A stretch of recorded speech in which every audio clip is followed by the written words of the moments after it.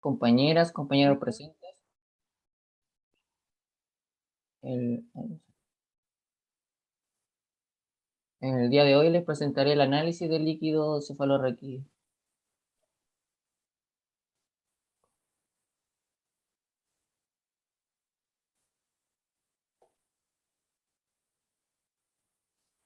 Bueno, el líquido cefalorraquídeo o LCR. Patricio, colóquelo en pantalla completa porque se le salió de pantalla completa. Estamos.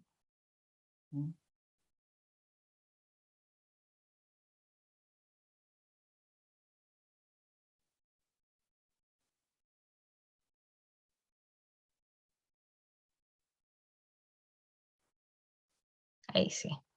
¿Ahí? Sí. Ah, perdón. Ujú.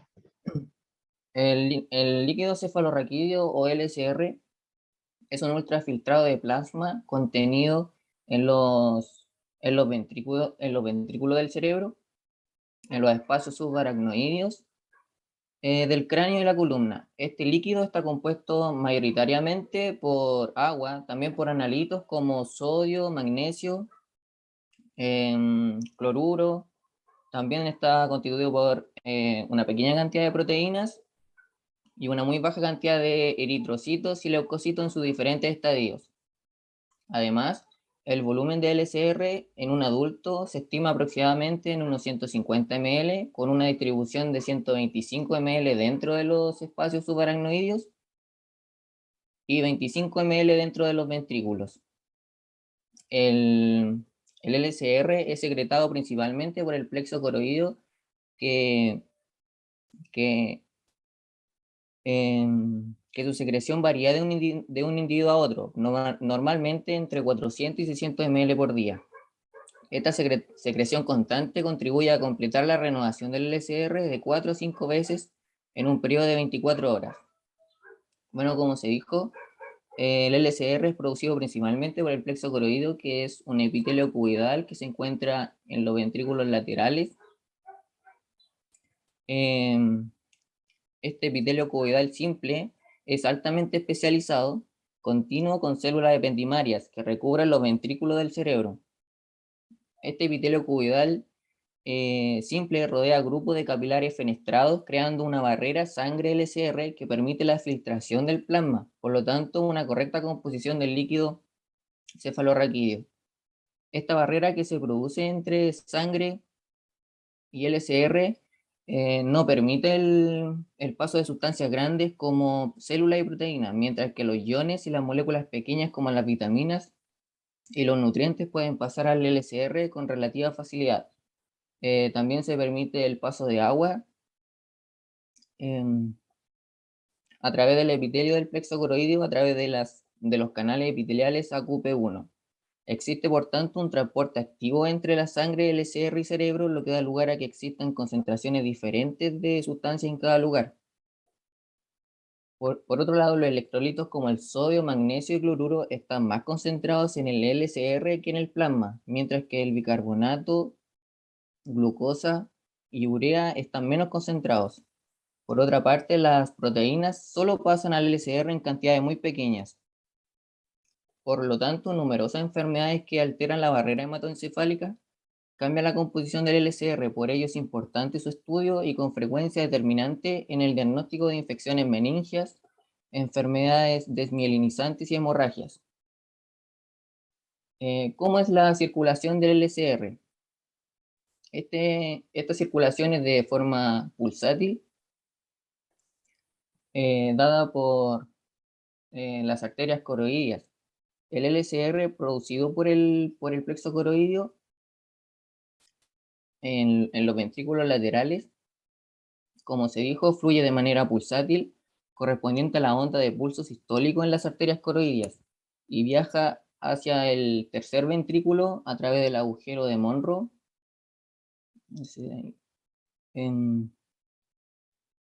A, a continuación, el LCR del tercer ventrículo hacia el cuarto ventrículo viajará por el acueducto de Sylvius. Por último, el líquido cefalorraquídeo fluye desde el cuarto ventrículo hacia el espacio subaracnoideo a través del agujero de Magendie en sentido medial y el agujero de Luschka en sentido lateral.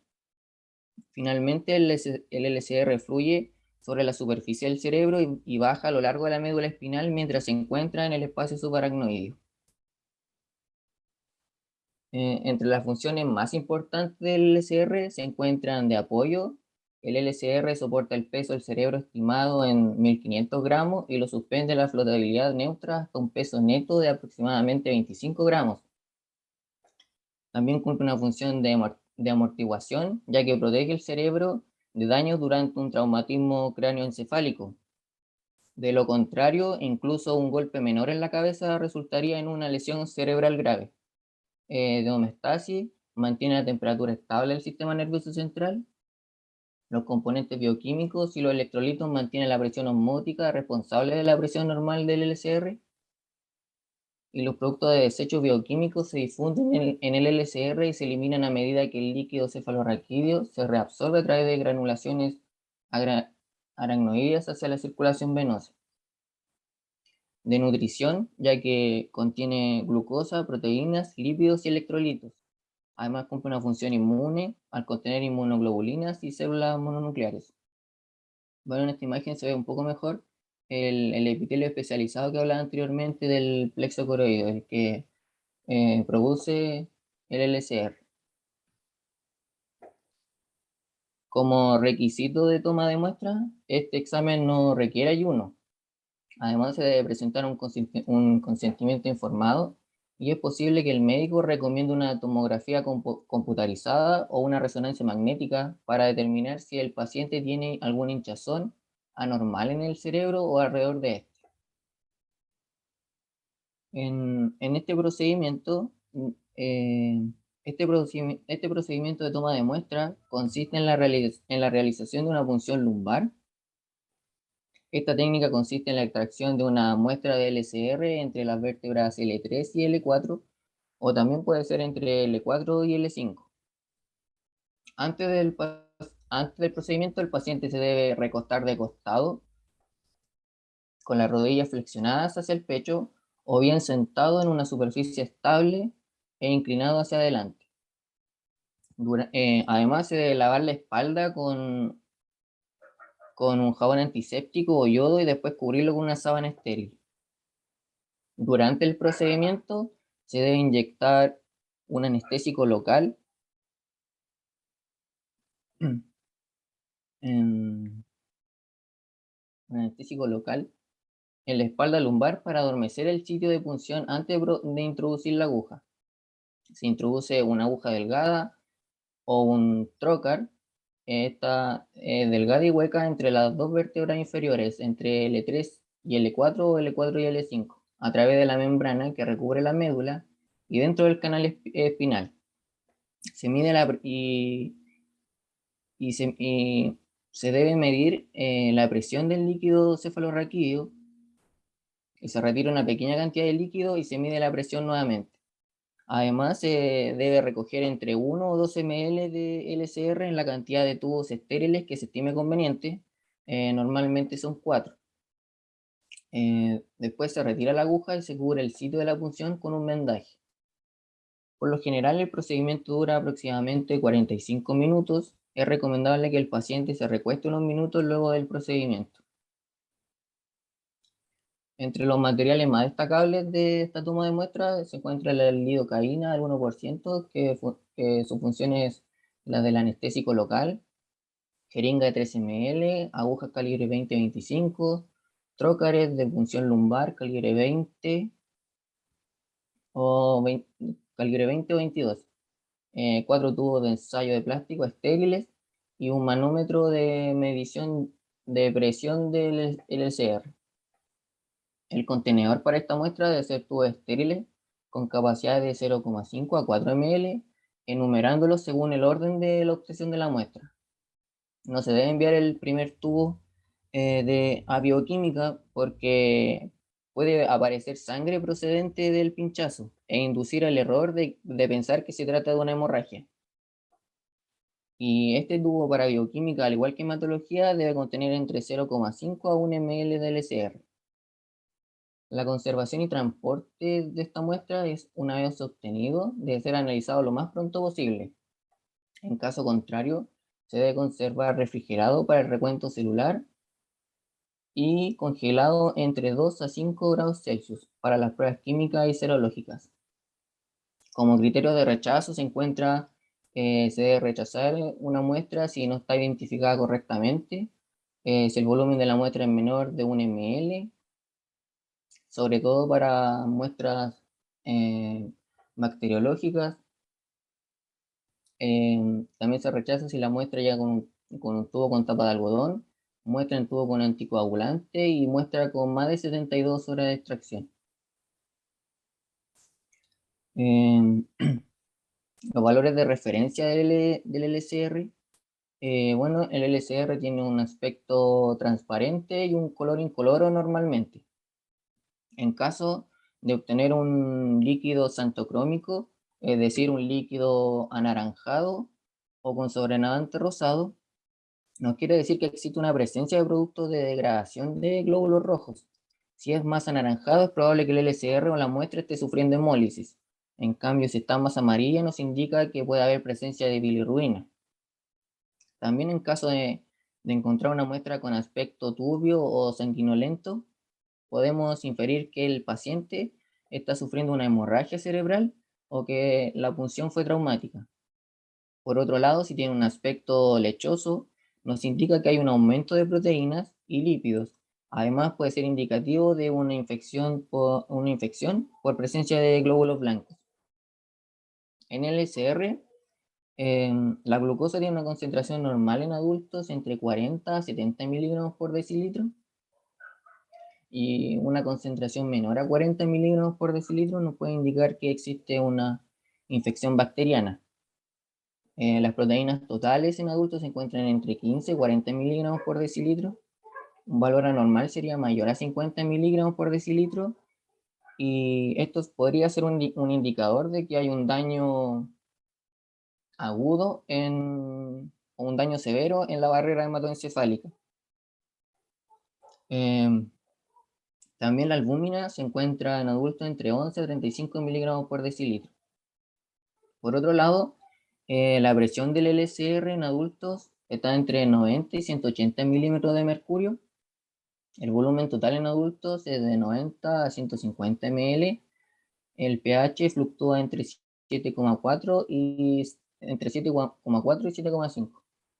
Y la densidad muy cercana a 1.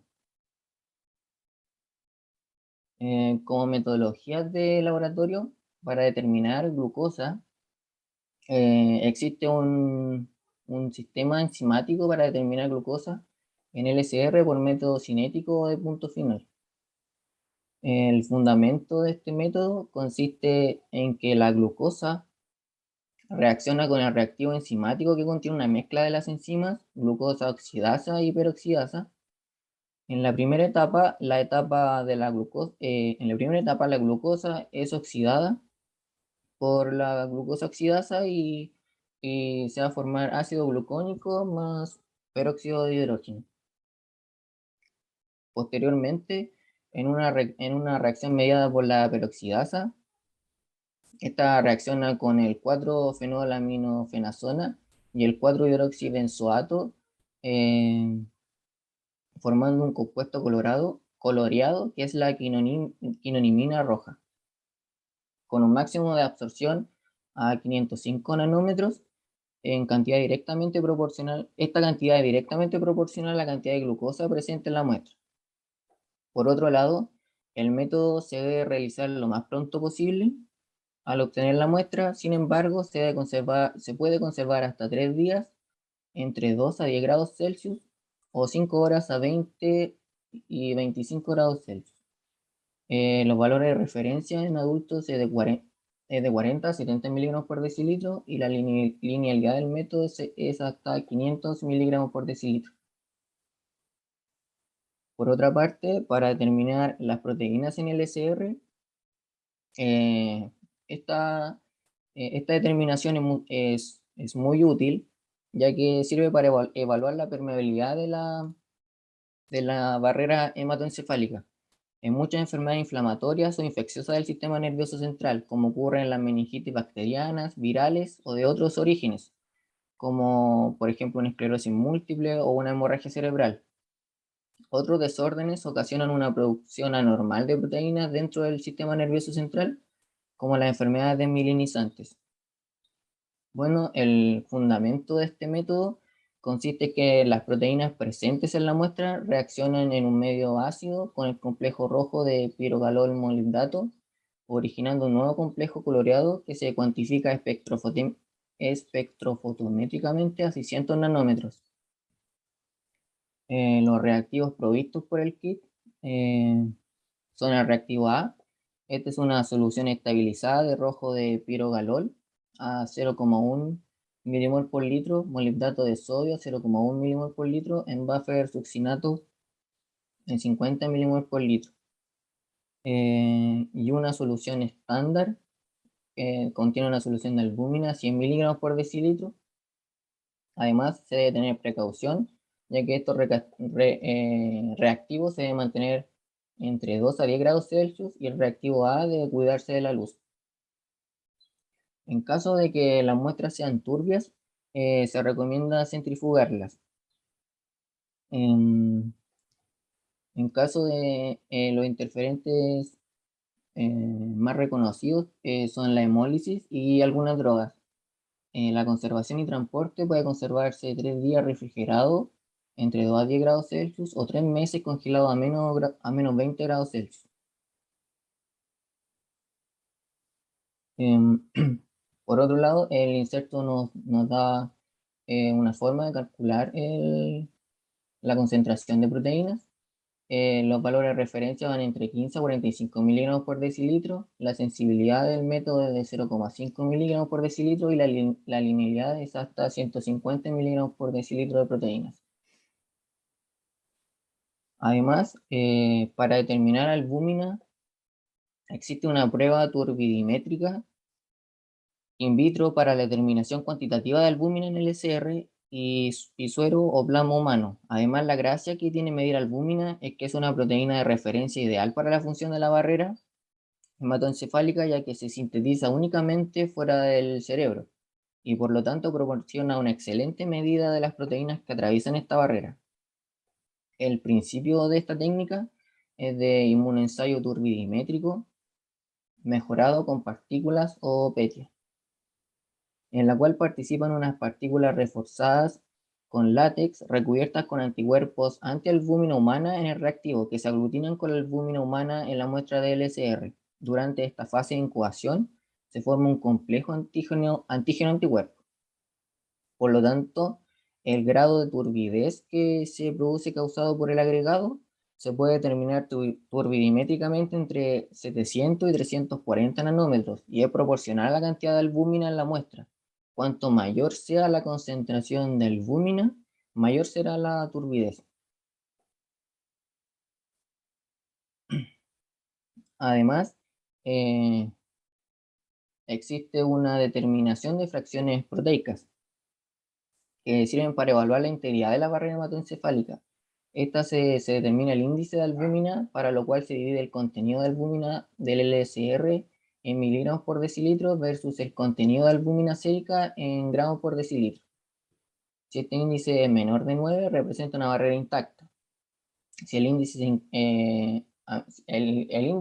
además el índice se incrementa a medida que aumenta el daño de la barrera hematoencefálica. Finalmente, la importancia clínica de estudiar el líquido cefalorraquídeo es que podemos diagnosticar enfermedades que afectan principalmente al sistema nervioso central, tales como la meningitis, encefalitis, esclerosis múltiple, hemorragias cerebrales, etc. En este caso, la meningitis es una afección que consiste en la inflamación de las membranas que circundan el cerebro y la médula espinal, especialmente la pia madre, la aracnoides y la dura madre. Hay dos clasificaciones de meningitis, la séptica y bacteriana. La meningitis aséptica o viral puede ser el resultado de agentes como hongos, metástasis del cáncer, pero los virus causan la mayoría de los casos de meningitis aséptica. Los síntomas más recurrentes son fiebre, rigidez de nuca y fotofobia. El análisis por otro lado, em, el diagnóstico de una meningitis viral se realiza mediante un análisis de LCR obtenido a través de punción lumbar.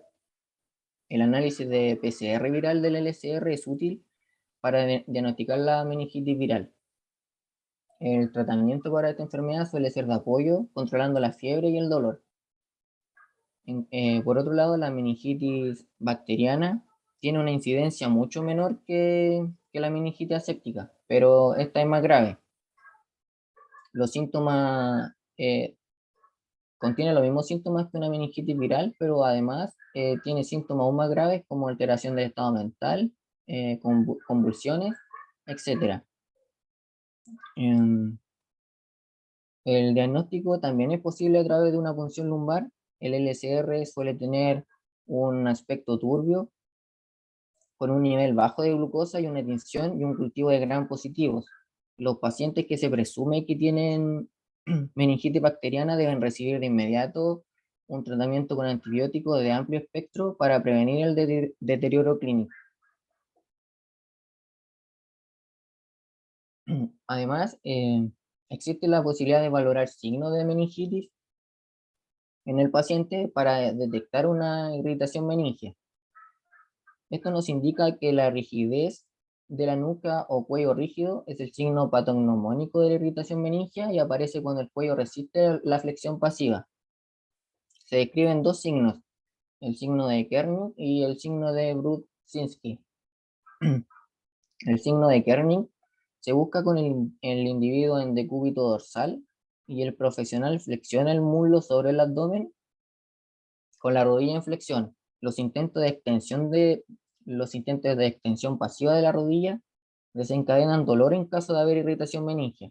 Por otro lado, el signo de Brudzinski también se busca con el paciente en decúbito dorsal y el signo será positivo cuando la flexión pasiva del cuello origina flexión espontánea de las caderas y rodillas. Según la literatura, este signo es un indicador más sensible para detectar meningitis. Además, existen pruebas de diagnóstico, como ya las caracterizadas anteriormente, como son la punción lumbar, prueba de diagnóstico por imágenes y hemocultivos. Por punción lumbar, a menudo se muestra un nivel bajo de glucosa junto con un aumento del recuento de glóbulos blancos y un aumento de las proteínas. Por otro lado, también ayuda a identificar qué bacteria causa la meningitis en caso de ser una meningitis bacteriana. Si el médico sospecha de una meningitis viral, puede solicitar una prueba PCR o una prueba para saber si hay anticuerpos contra ciertos virus para determinar la causa específica y el tratamiento adecuado. También se pueden realizar pruebas de diagnóstico por imágenes, como la tomografía computarizada o las imágenes por resonancia magnética de la cabeza, las cuales pueden mostrar si hay hinchazón o inflamación. Finalmente, hemocultivos, donde se coloca una muestra de sangre en una placa especial de cultivo para ver si se desarrollan microorganismos, particularmente bacterias.